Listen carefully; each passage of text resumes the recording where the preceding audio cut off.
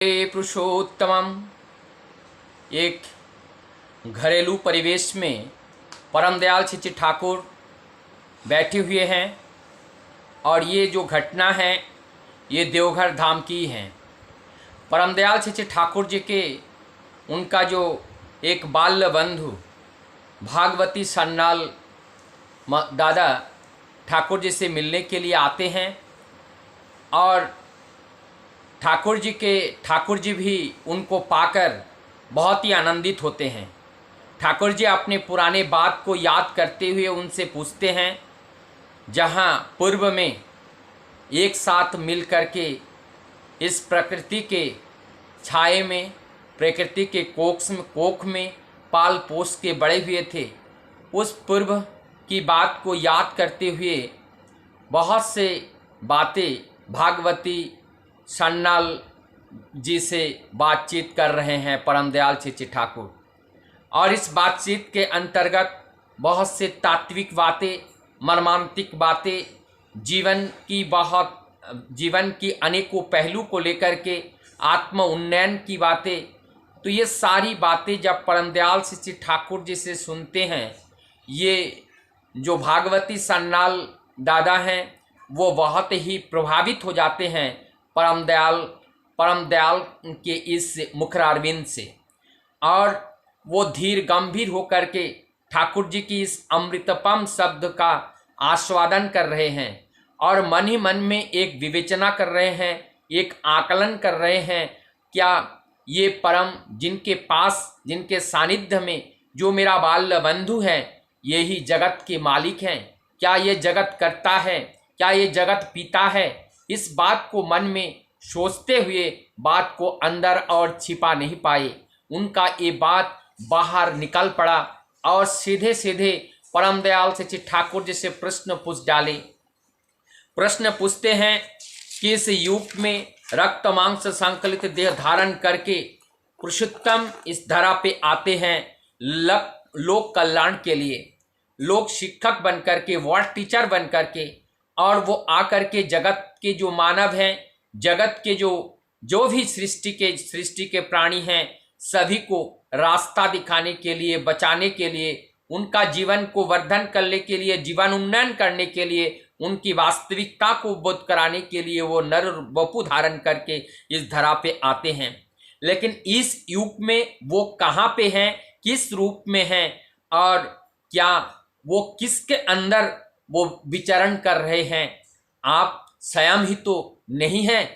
यही बात जब परम दयाल श्री ठाकुर जी से पूछा तो ठाकुर जी बोलते हैं कि उस व्यक्ति को ढूंढने के लिए आपको दूर दराज में नहीं जाना पड़ेगा, आप भी हो सकते हैं वही मानव। आप अपने अंदर ढूंढिए, क्योंकि आपके अंदर भी वही परम सत्ता, जो सत्ता सच्चिदानंदमय है, जो परम ब्रह्म है, वो सत्ता के अंश हमारे प्रत्येक व्यक्ति के अंदर हैं। और उसको ढूंढिए, ढूंढ निकाल लीजिए। जब हम ढूंढ लेते हैं, जान जाते हैं, पहचान जाते हैं, तब हमारी ये भौतिक शरीर का कोई महत्व नहीं रहते हैं।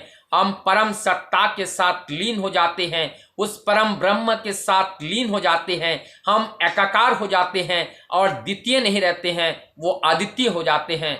वो अद्वितीय हो जाते हैं और वो एक नहीं, इसलिए कहते हैं द्वैत नहीं, एक ही हो जाते हैं। तो जब इस परम सत्ता को हम जानते हैं, परम सत्ता को जब जान लेते हैं, तो जीवन में जानने का और कुछ बाकी नहीं रह जाता है। ऐसे आत्मज्ञानी बात को सुनकर, ऐसे आत्मदर्शन की रास्ता को पा करके भाव विहल हो उठते हैं परम दयाल श्री ठाकुर जी के बाल्य साथी भागवती सन्नाल दादा।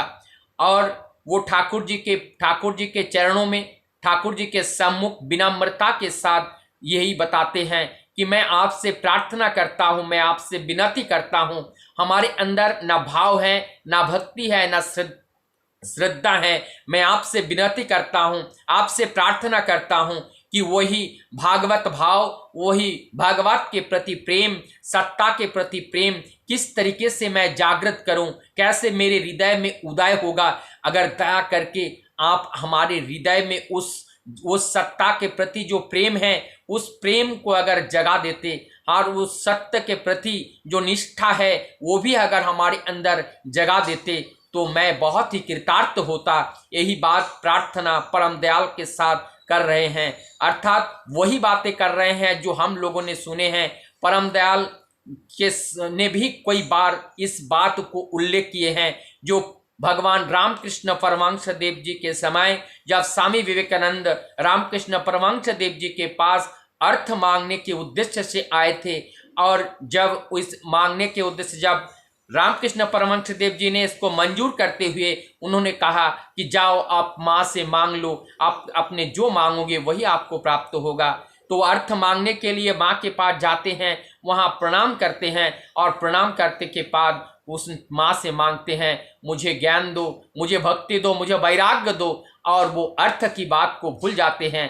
पुनः दोबारा आते हैं, पूछते हैं क्या मांगा। उन्होंने कहा कि मैं ज्ञान भक्ति और वैराग्य मांगा, पैसा नहीं मांगा। नहीं, मैं भूल गया हूँ। दोबारा जाते हैं, जाने के बाद फिर भी वो अर्थ भूल जाते हैं। वो ज्ञान भक्ति और वैराग्य की ही प्रार्थना माँ से करते हैं। जितने बार जाते हैं वही ज्ञान भक्ति और वैराग्य की ही बातें करते हैं।